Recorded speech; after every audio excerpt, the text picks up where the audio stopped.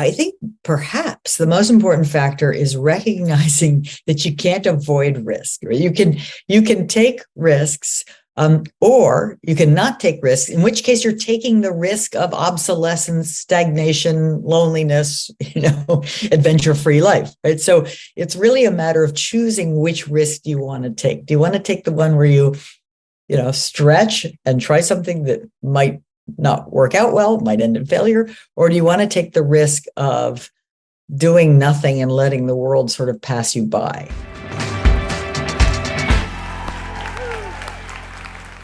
Dr. Amy, thank you very much for joining us. Welcome to the show. Hey, thanks for having me. I always articulate in an intro, essentially your CV, your bio, a lot of the bullet points, but I'd love to hear you, in your own words, what kind of work are you focused on? Why should we care? And what gets you up in the morning?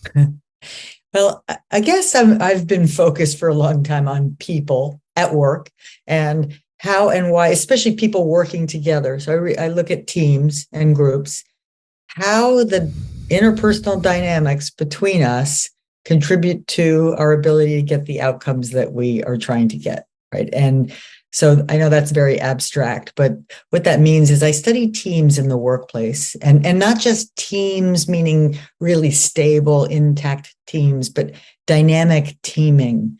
The need of our collaboration with different people at different time, which gives rise to all sorts of crazy configurations that are hard to manage, hard to experience, but can be really fun and challenging as well. I will confess that I came across your work specifically around the topic of failure. And as we spoke prior to hitting the record button, the community that is listening to this show or watching this show right now largely identify as creators, as entrepreneurs, as creative curious. And so it would not be a stretch to say that this community is constantly brushing up against failure, their awarenesses of failure. And it's what I immediately gravitated to in your work is specifically your new book called Right Kind of Wrong, which is incredible. We'll talk a little bit more about that. But your work in general is the multiple archetypes of failure and how failure doesn't accurately describe just that one word. We have so many associations, and yet failure can be, and in fact, according to your research, is incredibly valuable. And we need to put that on a spectrum and start to think about it differently than we have been programmed to think about it. So maybe you could orient us, the creative and entrepreneurial listeners who are afraid or aware of failure, and that is something that they brush up against every day, and that we've been programmed to think this is bad. And I know you've got a really strong counterpoint to that. So let's go there to begin. Absolutely. So you are right. I have been thinking about failure for a long time, maybe because I experienced many of them, like all of us as a fallible human being, I experienced failures. So I've been thinking about this topic and writing about this topic and studying this topic for a long time. And, it's only this year that I decided that it wasn't done yet, right? That my work wasn't done, that sort of clarity in our society wasn't achieved yet about the idea of failure and, why it's good or when it's good and when it's not so good. So, and you're right, the word failure is being asked to take on so much territory. So I've identified in my work three archetypes of failure, which I call basic failure, complex failure, and intelligent failures. And only the intelligent failures are what we would, rightly consider good, celebratory opportunities for discovery. The other two are largely preventable, and when possible, we should do our best to prevent them. So the distinction, the primary distinction is that basic failures and complex failures take place in old territory or familiar territory where there is a recipe, let's say, for the result you're trying to achieve. Whereas intelligent failures are new territory, at least new to you. They may be new, it might be new to the world, but it's at the very least new to you, where in a sense, you have no choice but to try something. You have no choice but to experiment. And your experiments might, sometimes do, result in success. But they also might, and often do, result in failure. And those are the kinds of failures we have to get excited about, right? We have to get really head and heart, embrace them. We've got to say, yep, these are the secret sauce to advancements and successes in any field you can think of. Okay. So as we continue to excavate a little bit about that, the way that I have learned to think about failure, and I think the way I have been working for 20 years in my creative career to start to think about failure is that, I think that there's an adage out there, they're just stepping stones to success. So do you see that as is this show up really clearly in your research, that experimentation and failure? And I guess, how does this show up in your research in no uncertain terms? I don't know how we get good at something without failing a lot. So Right. should we be thinking about renaming these little Yeah. experiments instead of failures? Should Yeah. we try and spread the gospel of your work about no failures? I mean, it's, again, without sort of this trite, like, failure is a stepping stone to success. Right. Because when you're in the middle of a failure, it feels terrible. So It does. so help us, tell me Well, about the research and help me get out of this sure. conundrum. Well, you're absolutely right. And by the way, the research, I mean, most of which is not mine, really shows quite definitively that we don't like failure, right? And we don't like to learn from it. And, we can talk a happy talk, but in real life, we just find it aversive and painful, and we'd rather not have it. So let's go. If I go to the three types, right, that you're right, better words would be better. It's one of the type that we're talking about right now that we really have to learn to fall in love with. Could be well described as discoveries, right? They're not failures, they're discoveries. Thomas Edison famously said, I haven't failed, I found 10,000 ways that don't work, right? Which is, quite a cheerful statement and scientifically accurate. And I think the mindset or attitude you need to have if you want to be an inventor. Now, not all of us want to be inventors, but probably most of our listeners do want to be creative, and they're entrepreneurial, and they're often doing things that haven't been done before. And in that domain, you've got to be willing to experience, let's call them discoveries, right? And then that's a happier word than failure. But you still have the obligation to learn as much as you can from your discoveries, and to not to just sort of okay, that didn't work, let me try something else, but to stop and say, okay, why didn't it work? What happened? What did I learn from that? And what does that learning suggest about the next trial? What should I do next, right? And that's, so important. Possibly the other two categories, the best words one would just be mistakes. Now, we know human beings will make mistakes, and sometimes they result in, either small or sometimes even very large failures. But they're mistakes. We do our best to avoid them, but some of them will sneak through. And then the third kind, so discoveries, mistakes, and the other kind is accidents. Right? Accidents are those unfortunate outcomes that occur due to a confluence of factors that just came together in the wrong way. Yeah. Well, as we focus on our audience and think about just any creative process, I'm writing another book at the moment. I probably was 50,000 words into a previous iteration of it and figured out that this was not the thing. This was not going to get me to where I want to go. It was not going to be, ultimately I wasn't going to land the message that I wanted to get. And discovery. Yeah. So I discovered that the 50,000 words that I had 50 or whatever thousand words that I had written were not going to get me where I wanted to go. Right. And I was aware from previous work like this, creative work, where you're iterating and discovering, to use your term, that while this wasn't going to get me where I needed to go, that I have this phrase, no effort is ever wasted. And is that specifically just a psychological state? Am I tricking myself by saying that?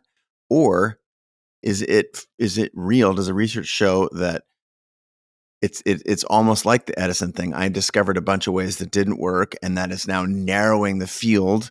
Like, how ought we think about this tremendous amount of effort sometimes that goes into trying to, pass your medical boards and you don't pass?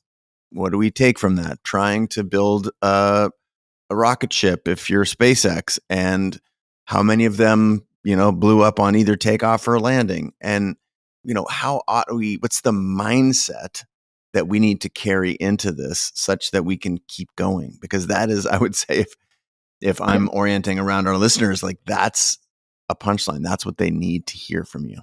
I think what you're doing is in that story is reframing. And, you're reframing something that you would instinctively want to call wasted time, wasted effort, into something that was actually productive in getting you to the insight you had that allowed you to then pivot to the book you wanted to write or really should be writing.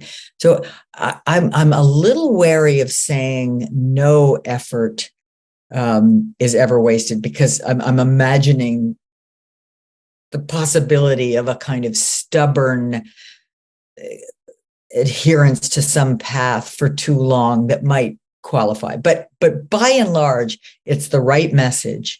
And maybe a better way to put it is that you had to go through that to get to where you're trying to go, right? That it's part of, it's just part of the program. It's part of the journey. And so in that sense, it's not waste, it's research, right? It's valuable learning. And our primary privilege as human beings is the opportunity to learn. And so anytime you're taking advantage of that opportunity, you're on the right track, I would say. But the track isn't straight. It's windy for sure by its very nature. Well, this leads me to almost like a first principle based question. It seems like you're then saying that that you can develop a practice through skill acquisition of maintaining a certain mindset, of learning and adapting. Mm-hmm. And so how do we look backwards from where we're sitting right now at yesterday or last week or our previous job or whatever? How can we take some of that data, and what are the skills that we need to practice, and how do we actually practice this? Because it sounds scary and abstract to just say, cool, this is part of the process. Yep. And it's just sort of like you're pushing the little baby bird off the branch and hoping that she can fly.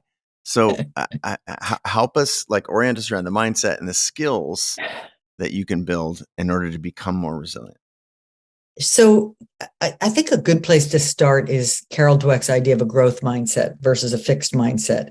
And then I'm going to add to it. But the growth mindset is one that is based in the premise that I can grow, I can keep learning. The fixed mindset is based on the premise that when things go wrong, it's just evidence of my inadequacy, right? And most of us, most of the time, have a fixed mindset. We've been somewhat socialized in school and elsewhere to equate our accomplishments with our natural ability, rather than thinking of our accomplishments as sort of a reflection of our effort, that the effort we put into it, the strategies that we put into it.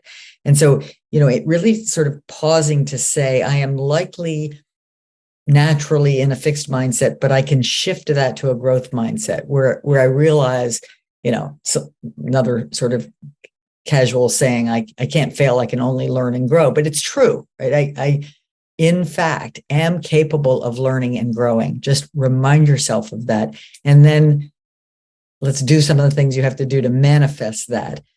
The other sort of mindset shift that I think is learnable and so important is to shift from our spontaneous focus on the past, what just happened, why I feel bad about it, to a kind of more cultivated focus on the future. Our most important question is always, what next? How do I shape it? What can I do to shape the future outcomes to be more, more to my liking than the one I just experienced?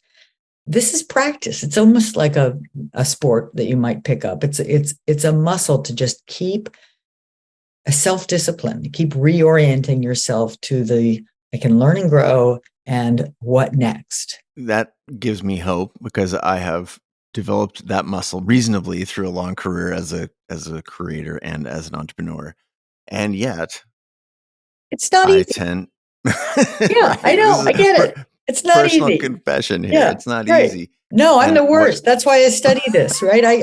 I so want to get everything right every time. And by the way, talk about writing a book. I wish there was a way to track this, or maybe I don't, but I'm absolutely convinced that I deleted more sentences, paragraphs, whole sections than are left. And the book's, long enough, but there's no sentence that remains in that book didn't get tweaked and crafted and fixed and sometimes just tossed out altogether. It's definitely part of any creative process. When I was writing the book, I was sort of joking with myself, and I was talking about elite failure practitioners, as like a joke, right, that you would never include in the book, but the people who really do this for a living. And I think many of your listeners belong in that category. And then I started to realize, no, maybe it's not a joke. Like, maybe it's a pretty good term to convey the fact that there are people who, I'm not saying they're happy when they fail, but they get it, right? They get that this is necessary. Yep. The Thomas Edison story would be an example, not just 10,000 ways that don't work, but all, really good scientists, elite athletes, innovators, inventors, they fail more often than the rest of us. They have to, because in order to be at the leading edge of any endeavor, you're but almost definitionally going to have failures. And so what I started to think is, like, what can we learn from them? Like, how are they different than the rest of us? And they are not. It would be an error to say they like failure. They don't, right? But they are different in that I think they manage their fear. They manage their fear of taking risks, and they take them anyway. They sort of manage or reframe the disappointment to discovery, and they use it, to push forward. And I believe they intuitively appreciate the difference between intelligent failures and the preventable kind. Well, let's scratch at that a little bit. Go deeper on those two things. There's the intelligent and the other, the basic or complex. Articulate a little bit with a little bit more depth and maybe some examples. Yeah. How we ought to think about those different categories of failure. So intelligent failures are right kind of wrong. They're the one I think we really need to appreciate. So I'll describe 4 criteria, and then I'll give a couple of examples that are really different. And maybe you'll come up with some examples too, from your life or from the news, but they take place in new territory. They happen while you're in pursuit of a goal, right? It's not just sort of playing around. I mean, that's fine. I'm not anti-playing around, but they're in pursuit of a goal. They're driven by a hypothesis, which just means you've got a valid reason to believe this might work, right? It's worth the effort. It's worth the attempt. And importantly, they are as small as possible, right? They're just big enough to learn from, and preferably no bigger. You don't invest all your savings in an unproven investment, for example. And so, what are examples? Like in businesses, entrepreneurs are frequently trying to come up with, they've got an idea that for a business that either doesn't exist in its current form or doesn't exist in a particular part of the market. And so it's new territory. they want to start a successful business. They've got a solid reason, a business plan, it's called, to believe this could work. And they're getting funding, they're investing some of their own time and effort, but no more than necessary. And it may succeed, but as we all know, it also may fail. So that would be an intelligent failure. And similarly, let's say you're looking for a life partner, and a friend tells you that they have someone they'd like you to meet, and they have good reason that you might like this person. And so you're in pursuit of a goal, you want to meet someone. There's no way to find out other than doing it whether or not you'll get along. And you've got good reason, driven by hypothesis, to believe this might work. And do you agree to go off with them for a month? Of course not. You go out on a date, right? Small as possible. And let's say it doesn't work, right? You don't like each other, then it's a failure. But is it a waste of time? No, it's research, right? So it's very different. Start a new business, go out on a blind date, couldn't be more different phenomena, right? But they're both intelligent failures. Got it. So I'm on board. And I feel like I have, again, as a lifelong professional creator, and there are a lot of people who listen and say went to art school, where you're exposed to the crit portion of school, which is where you put your work up on the wall and people talk about it. Yeah. And they try and talk about the work instead of the person, because right. That's one way that it's. But these are valuable, sometimes very public ways of making discoveries, for example. Yeah. And so with that comes what I have become aware of is there's an emotional toll. And there's an interesting line in the book which talks about how it's impossible to calculate, time and resources, the passing of that time and the sinking of the resources that are created by our failure to learn from failure, you said. Right. Yeah. But the punchline for me, and where I'd like to focus next, is the next sentence. It says, it's just as hard to measure the emotional toll. And to me, this is the part where I feel like conceptually I get, I need to make these, perform a bunch of tiny experiments. The smaller experiment, the better, just like you said, so I can learn and grow and apply and adapt and iterate, as they say in the technology space. And yet we have to get good at managing the emotional part, because attaching ourselves, our own worth, our identity, this is a very familiar to many trapping of the idea of running mistakes. And go back to your family of origin. Maybe you had to do everything perfect as a kid. You had some, anal retentive parents, and there was no room for mistakes, or there's all kinds of baggage.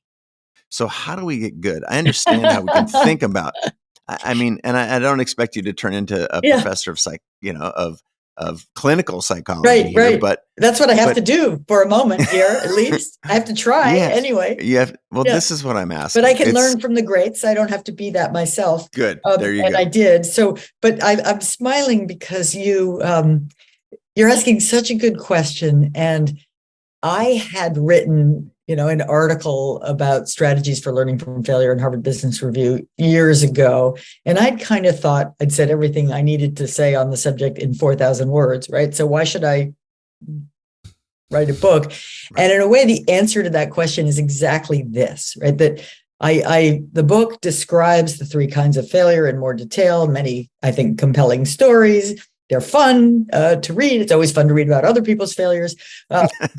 But the part that was new, and the part that I really had to dig into and learn more about, was what it requires from us. Like, what are the kind of competencies that we fallible human beings need to, and I think can develop to do this well. And the first and most important is what we're talking about now, which is the kind of self-discipline, the self-talk. And it's, can we learn better self-talk? Our spontaneous self-talk is often unhelpful.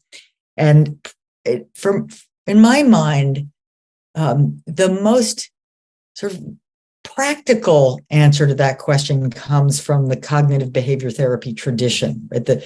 Which is the tradition that says things happen. There are events in our life, and we have spontaneous sense making about them that is often not in our best interest, right? It makes us sadder or causes us more pain than we would need to experience, for our own health and productive next steps.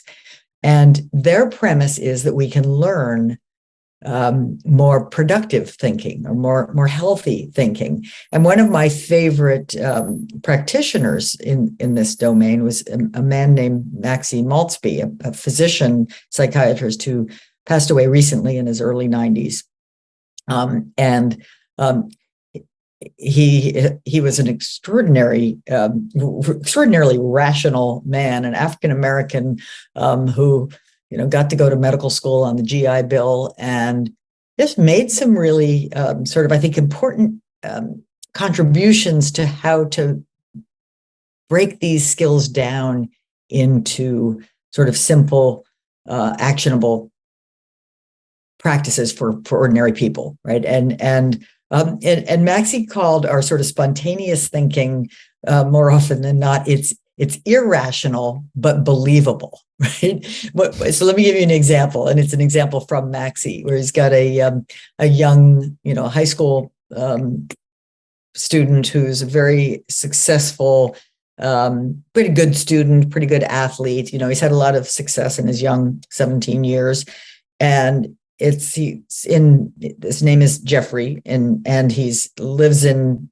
Minnesota, and it's not a lot going on in winter, and his friends talk him into learning to play the card game Bridge, which is a challenging game to learn. It's like very intricate, and so guess what? Right off the bat, Jeffrey is not very good at it, and he's frustrated, and he makes lots of mistakes, and he fails often in the game, and he decides he doesn't like the game, and it's a bad game. And but then he happens to take this course sort of coincidentally offered in his school about this stuff, and he realizes that his belief that he should be good at this, and it should be easy to be good at this and that his mistakes show that he's just incompetent or it's a bad game, were what Maxie would call irrational thoughts, because honestly, anything hard, you should not be good at it right off the bat. And it would be irrational to think you should, yet believable. And it's their believability that keeps us stuck. We sort of believe, yes, this is evidence that I'm not smart enough, or that this is a bad game, or whatever your own self-talk is. But you can learn, and Jeffrey started practicing it, and he did learn to challenge the irrational but believable thinking and replace it with rational and more productive thinking. Like, okay, I'm not good at this because I'm a novice. I just started. It's kind of an interesting game. My friends seem to like it. It could be fun to get better at it, to achieve some semblance of mastery over it, so that I could have as much fun as they're having, with it. Right? That's a kind of rational and also believable, but healthier path to go on. So the sort of the quick and dirty practice that I took away from Maxie was stop, challenge, choose. Stop is just to master the pause, right? Can you at least help yourself take a breath to take a look at that thinking, just like, okay, here I'm doing again. I'm spiraling into the doom loop or whatever. So stop, breathe, and then take a look at that thinking and challenge it. Okay, that might be true, but it might not be true. Like, what am I missing? Or I might be missing the fact that I'm a novice at this card game. And then choose. So it's stop, challenge, choose. Choose a kind of healthier sense making or healthier self-talk. If I put in more time, I will get better at it. That's probably true. I can still decide I don't want to do that, but at least I'm deciding it from a more rational place. And do you think that this is best in the moment to craft this sort of thinking? And is this really it's almost like an awareness practice when Yes. you're like, hey, cool. Okay, stop, take a beat.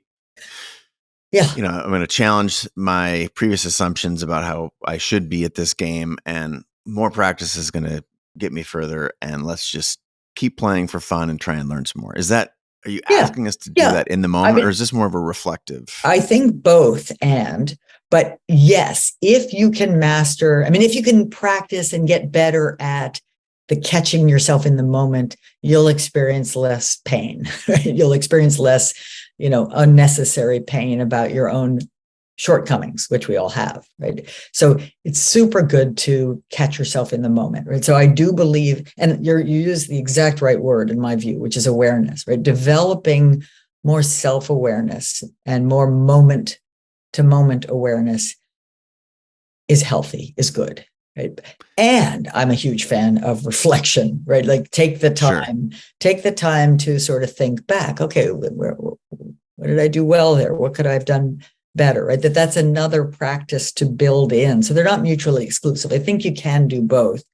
And you won't get it right all the time. You won't catch and correct yourself all the time, but it is doable. And so that was a game of bridge. But what about a time when, someone says something in a meeting that you instantly interpret as an insult to you or as a threat to you in some way? Another moment where that's another opportunity where you pause, breathe, and think, wait a minute, my interpretation, I took that to mean XYZ. Is there another possible interpretation of that remark? And the answer is almost surely yes, especially if you're Yeah. somewhat creative. You can come up Yeah. with something else. And usually that something else is more benign than your first instinct, and then I could go check, but I also could just choose to think you weren't actually out to get me. You were thinking of something else or frustrated about something. It was about you, Well, about me. yeah, yeah. The Stoic philosophy comes to mind, which is really around it's not what happens, it's how I react to what happens. And Exactly. creating that little window for the space between impetus and response, right? Where something comes in and then you have an immediate response. That is a practice. And it's the process of, okay, that person said something. Let's pause, like keep our heart rate at 62 instead of letting it go to 90. Let's reflect. My assumption was this, and there are lots of other assumptions that could be made. I'm going to take one of the ones that's not harmful to me, and I'm going to play that. Now, in a sense, is this tricking ourselves, or is this just a better way to be in the world? I think we were tricking ourselves the first time, Got it. right? We were, because we trick ourselves into thinking our spontaneous thoughts in reaction to some event, which in fact, Yeah. the thoughts are the ones that are driving then are how we feel. We trick ourselves into thinking that those are reality itself, rather than what I made up about this situation. So, and we are so good at tricking ourselves that we fail to challenge that what I made up, right? So we trick ourselves day in and day out. The practice I think that you and I are talking about is one of learning how to catch and correct our trickery to be healthier and more based in reality. Great. This makes me want to take our conversation to another esoteric and personal example that I have become aware of in COVID. I started playing golf, and it was the only thing you could do, especially up here in the Northwest. Everything was locked down very tightly. And I had played as a young person, didn't play for 25 years, and then started playing again. And why I'm intrigued by this is there is a belief that if golf is not dissimilar to bridge, a very difficult game. So difficult, in fact, that there is this, there's the paradigm out there called effortless brilliance, right? We all want to be brilliant at something and not show how much time and energy we've sunk into it or how much we care about it or how much, emotionally we are wrapped up in this. And so then I started to think, well, where do we get these ideals? And in watching professional golf on television, one might think that the best people in the world are just absolutely near perfect, because the highlights that we see are only the ones where they either hit really horrible shots, in which case it's news that, this particular person had a bad shot, and it's like the 1 in a million, we caught them having a bad day. But the reality is, I'll just use this as an example for the people who golf, great. For the people who don't, you'll get it anyway.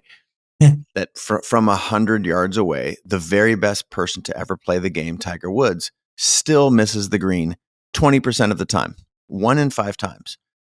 And I share that statistic with other golfers, and who I observe have unrealistic expectations, and they do not believe it. So fortunately, we have these phones in our pocket. Now they take out the phone, they look this up, and they find out that this is an actual stat. So the question is, there's an awareness that we have about our own self-talk, about what we think we should have versus the result that we should get. We should challenge the first, oh, you're bad, or you're a bad golfer. You should challenge this assumption. And yet there's so many inputs. See, for example, social media today. It tells us how to live this perfect life. Or in this case of the example that I'm using, professional golf on television. They edit thousands of shots to only show you the best ones. Therefore, you develop a belief that is difficult to challenge because you do not have many other examples. This is my point. We only have examples of success. Right. Therefore, our ability to understand the reality of the people who are the best in the world, how many times they've failed, is fleeting at best, and we never come across it at worst. So this is a long question, I get it, but how do we, in the face of all of this programming, get strong enough to be comfortable in that moment and saying, this is just part of the process. I'm going to go back after another opportunity. Yeah. I'm going to, stand back up again and give it a whirl. I just want to start by saying how much I love this example and this metaphor. And by the way, I did the same thing, and I'm terrible. And so I have to do the, Maxie Maltzby thing all the time, that no, I'm supposed to be terrible, right? It's a really hard game, and I'm new, and I'm old, right? So it's like crazy. But there is something fun about just practicing failing well myself, right? To go out and do something that I'm just guaranteed to fail at pretty much almost every stroke.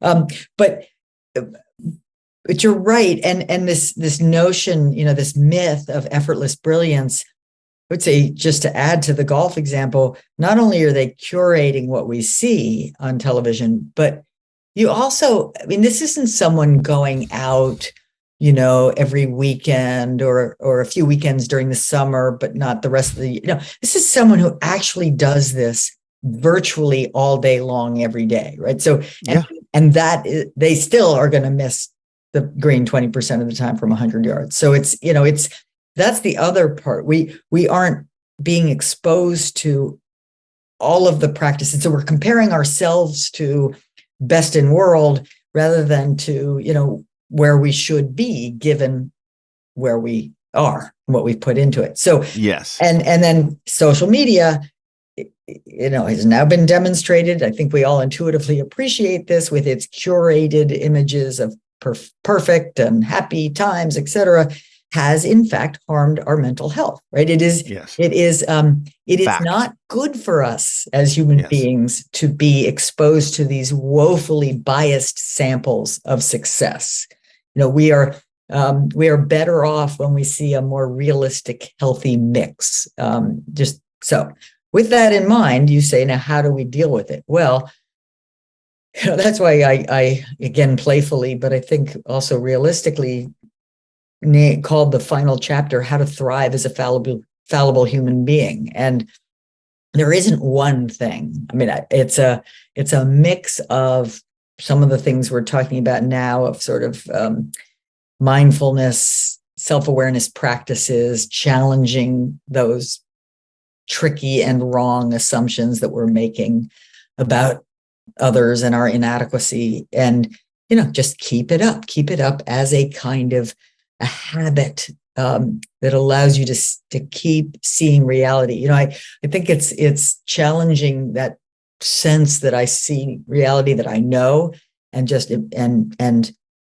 committing yourself to keep learning, committing yourself to being curious, because curiosity is kind of a more pleasurable state, I think, right? I mean, we don't like to be wrong, we don't like to fail, but if you can really sort of remind yourself how to be curious, it's sort of fun again, right? Oh, I wonder, I wonder what he's doing or thinking. I wonder why that might be so. I wonder if it's true that Tiger Woods misses the green 20% of the time, right? It's fun to wonder, and it's fun to then go try to find out the information as well. So I think it is first recognizing the thing you're asking me to solve, how hard it is.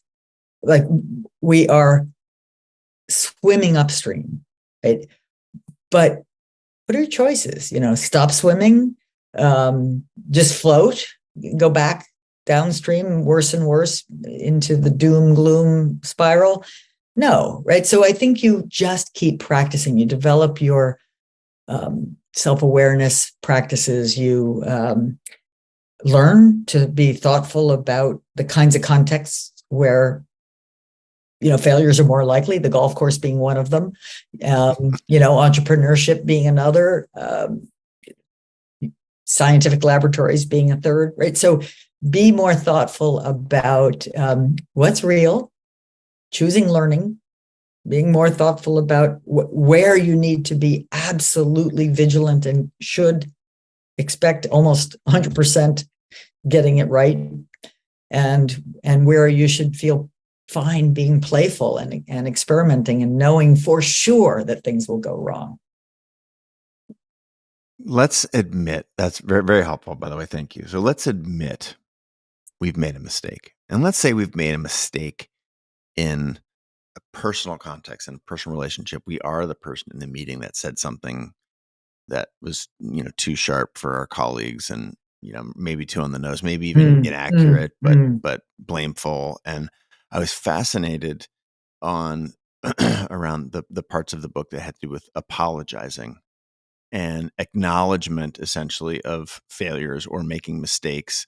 And I'm wondering if you can, help us think a little bit more clearly about that. And there's, I recall a chapter that was largely around the public ones, the big CEOs, when they have a data breach, but let's take this down to a personal level, because I think if we can, especially in interpersonal relationships, it's one thing to miss hitting a green from 100 yards, but it's another thing to, misunderstand someone and, railroad them into a certain, way of feeling based on what you did or didn't do right. So I'm wondering, how help us with the concept of the apology when things have gone wrong. Yeah, I think this is a really interesting and important topic, because, there's, if I, accidentally dropped your favorite coffee cup and it broke, I will instantly apologize. I won't have any problem apologizing, and I feel terrible about it.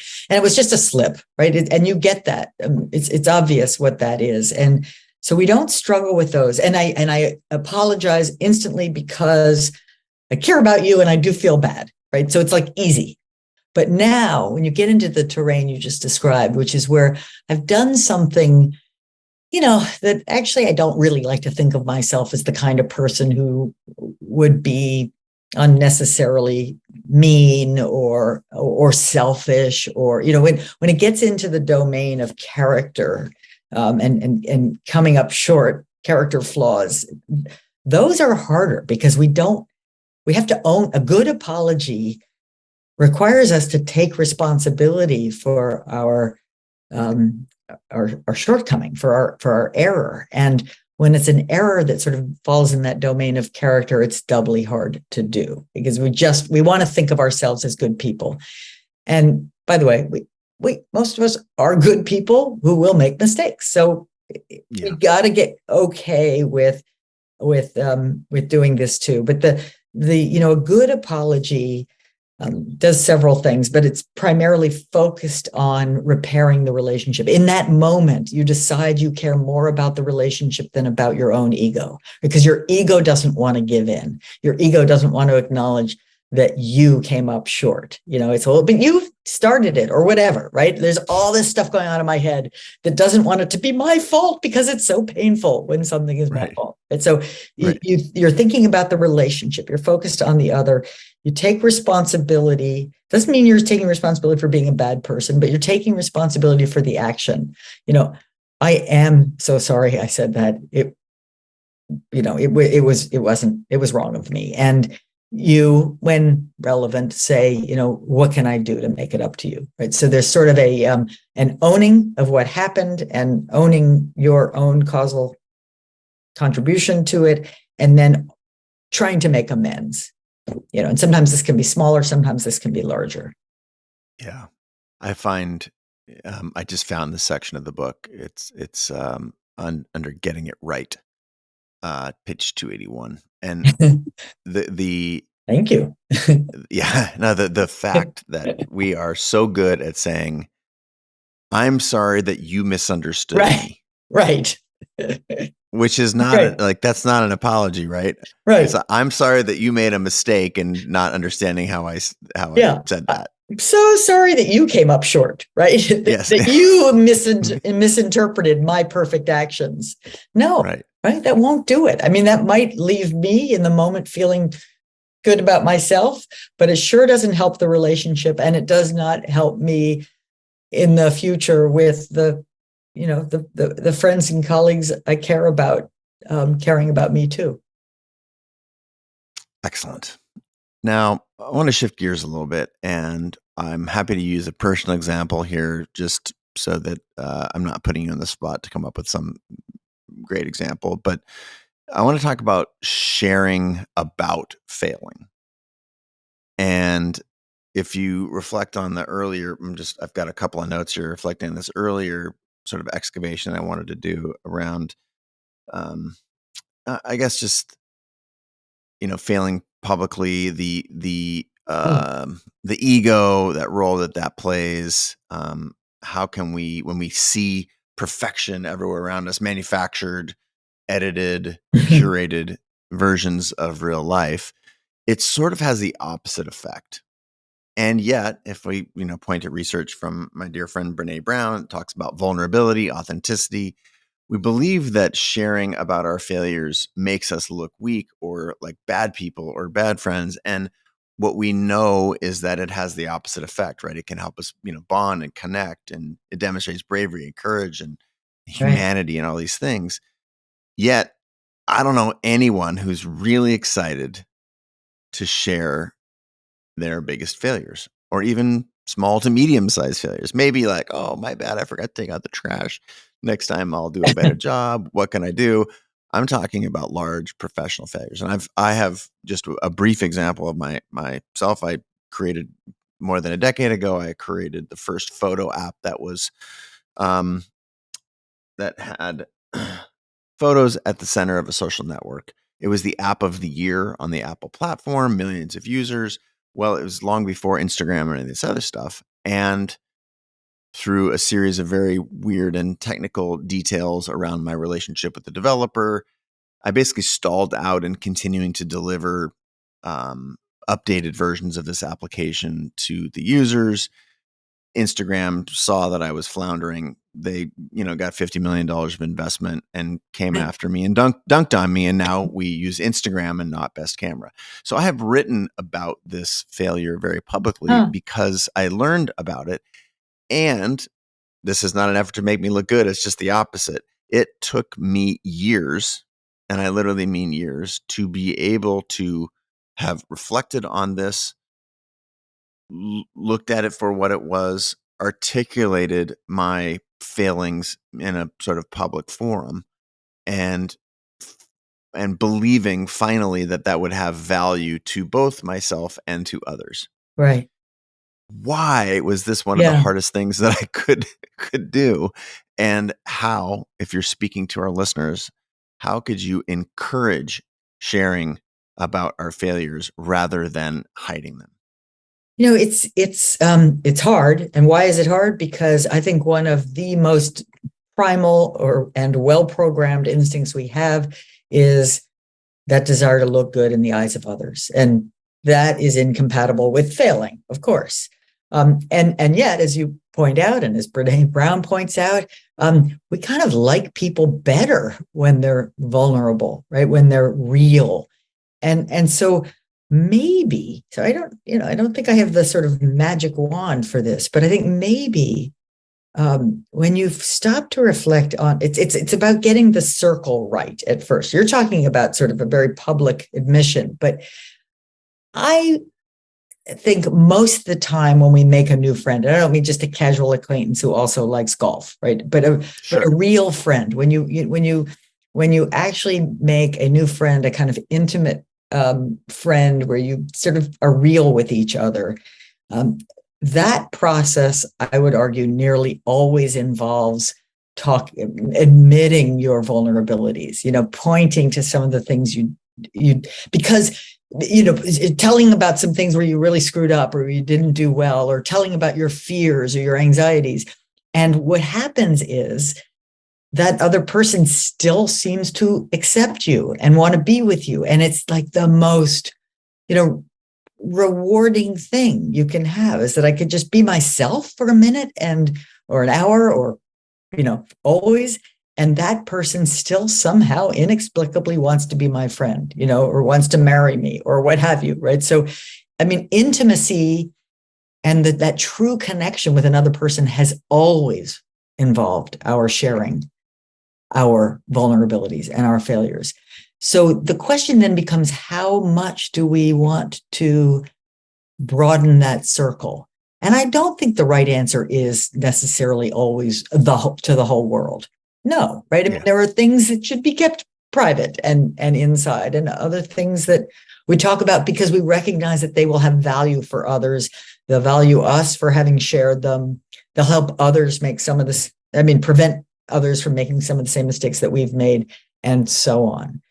Right? So if you take Dweck's growth mindset and you realize that in growing requires risk, right? And is what we are doing moderating risk, or is it risking while understanding the real, it's sort of like the data on the outcome or something? Like how I'm trying to get what's a formula or conceptually just a way of thinking where we can really start to embrace risk then being a proxy for growth. Like what is, if you were to say, what is the most important factor in being willing to take smart and calculated risks? Well, I think perhaps the most important factor is recognizing that you can't avoid risk. Right? You can take risks, or you can not take risks, in which case you're taking the risk of obsolescence, stagnation, loneliness, adventure-free life. Right? So it's really a matter of choosing which risk you want to take. Do you want to take the one where you stretch and try something that might not work out well, might end in failure? Or do you want to take the risk of doing nothing and letting the world sort of pass you by? It's reframing and rearticulating that you can't avoid the risk altogether. You can only choose which kind of risk you want to take. And then also take smart risks, right? When you're taking proactive risks, don't take stupid ones, right? You don't, jump out of an airplane without a parachute, metaphorically speaking, or literally speaking. Right? You take ones that have a reasonable chance of succeeding, if not right away, but soon enough. It reminds me of this Jim Rohn quote that I just happen to have nearby, which is, "It's all risky. The minute you were born, it got risky. Yes. If you think trying is risky, wait till they hand you the bill for not trying. Yes. If you think investing is risky, wait till you see the tab for not investing. It's all risky." It's all risky. Exactly. So it's just reminding yourself of the invisible other side, the dog that didn't bark. Well, thank you very much for creating this work. And I just want to be very clear for folks out there who are watching and listening that the book is Right Kind of Wrong: The Science of Failing Well. To that, this is my last question. How do you, like, you talk about it as a science? It's not alchemy. It's not art. I might think it's some combination there, but in the subtitle, you call it a science. Why did you choose the word science, and how ought we think scientifically about failing well? I think to be perfectly honest with you, I am a social scientist, right? I'm an academic, so I figured it had to be in there somewhere, right? I had to remind my readers that, I come from a legitimate place to tell you something about this topic. So that's part of it. And then the second part is I do use, and the book is not a science book, but it is deeply informed by the science. Not just my research, not even close, but the research of so many people. We've talked about Carol Dweck and Maxime Bonsby, and sure. And then some wonderful recent academic studies where they put people in labs and look at how they learn from failure or don't learn from failure. Right. So it's science backed, and I do believe also that word science helps us say. I mean, what does that mean? That just means there's knowledge behind it. So when you and I are recommending that people practice self-awareness, there's science behind that. That's just not just our opinion. Yeah, fair. And it has received, the book, advanced praise from other friends of mine, friends of the show, Dan Pink, Angela Duckworth, Adam Grant, for example. I just want to say congratulations. I think the work, today's episode for sure, and the work for those that are excited to learn a little bit more about failure is incredibly helpful. I love the reconciliation, or the attempt at reconciling the things that we do wrong and our ability to manage our emotions. To me, it's not like we're not going to make mistakes. It's how can we manage our self-talk in such a way that we're not scared, rather, to get back up and go be a human again tomorrow. So thank you very, very much for being on the show. My pleasure. We've been directing people to the book. Is there anywhere else in your research there, Dr. Amy, or where would you point us besides the book if folks want to learn more? Well, they can go to amycedmondson.com and see other, access to other papers and resources.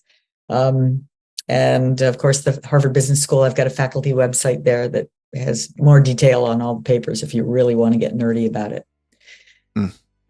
Awesome. Well, thank you again for being on the show. Right Kind of Wrong, the Science of Failing Well. Until next time, from Dr. Amy Edmondson and myself, we bid you adieu. Appreciate you listening.